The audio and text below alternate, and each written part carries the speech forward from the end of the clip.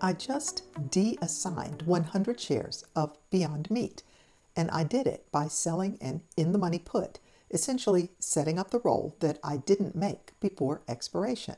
Now, you might be thinking, if those shares just get assigned back to me next month, what was the point? And more importantly, why am I not worried about that? Step one is to sell a cash secured put with a strike price of $1. I'm asking for 31 cents a share, and it filled at 32 cents a share. And now I'm going to sell 100 shares. This is one of those situations where the structure matters more than the price. So I have effectively de-assigned myself 100 shares of Beyond Meat and reestablished the position just as if I had rolled it rather than accepting assignment. So that's the de-assignment. I've replaced the shares with an in-the-money put and essentially recreated the roll that I didn't take earlier.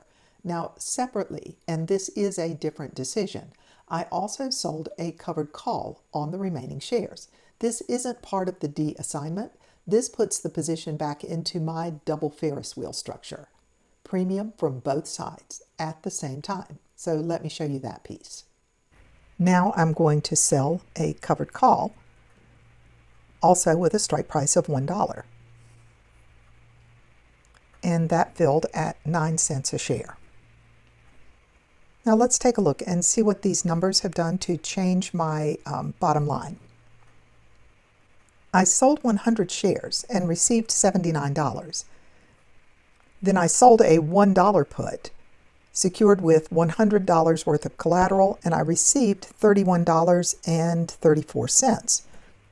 I know this annualized rate of return of 309.16% is skewed because this put that I just sold is pretty far in the money, but I'm not worried about it because I really am just reestablishing a position that I allowed to be assigned on March 20th. And then I sold a $1 covered call, also expiring June 18th. The shares that I'm using as collateral right now are worth $79. And the $8.34 income gives me an annualized rate of return of 104.14. But what I'm really interested in is the total expense and income and how these numbers change it. Having a structure really helps me make trade decisions. If you're trying to track trades like this, your cost basis, annualized returns, and outcomes over time, I've put together some resources on my website that may help you organize that. There are both free and low-cost materials to support your trading or your learning. When I started today, I had 235 shares and was out of pocket $174.24. But these 3 trades have brought my out-of-pocket expense down to $55.56. And I'm going to divide that by the 135 shares that I now hold. So I've brought my average cost per share down to about 41 cents.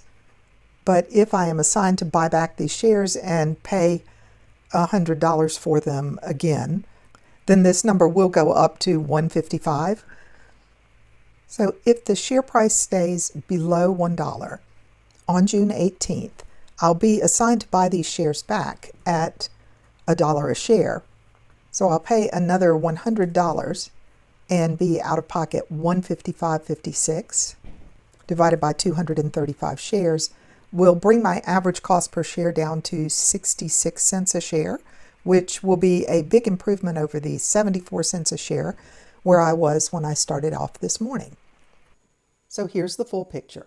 The de-assignment allowed me to take shares that had already been assigned and turn them back into a cash secured put, essentially recreating the role that I didn't take earlier, but on my terms. That put is now generating income again. Separately, the covered call is generating income on the shares that I still hold. So now, instead of sitting in a static position, I've got both sides working, premium coming in from the put and the call at the same time. Now, what happens if I get assigned again in June? That's fine. because between now and then, I've collected additional premium from both sides of the position, and that premium lowers my adjusted cost per share. So even if the shares come back to me, they come back at a better effective price than before. And that's the point. I'm not trying to avoid assignment. I'm improving the position every time it happens. Lather, rinse, repeat.